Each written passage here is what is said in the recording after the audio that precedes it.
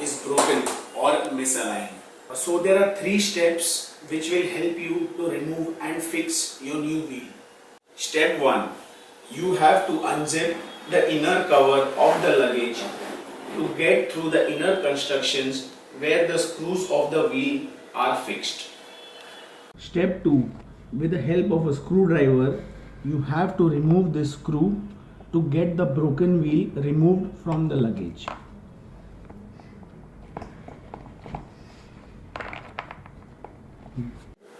Step 3.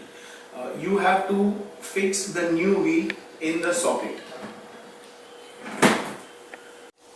By using these 3 simple steps, you can easily remove your damaged wheel and replace it with a new wheel.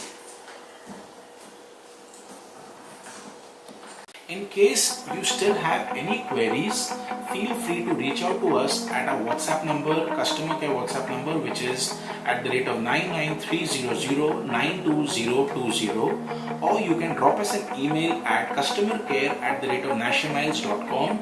We will be able to assist you in no time.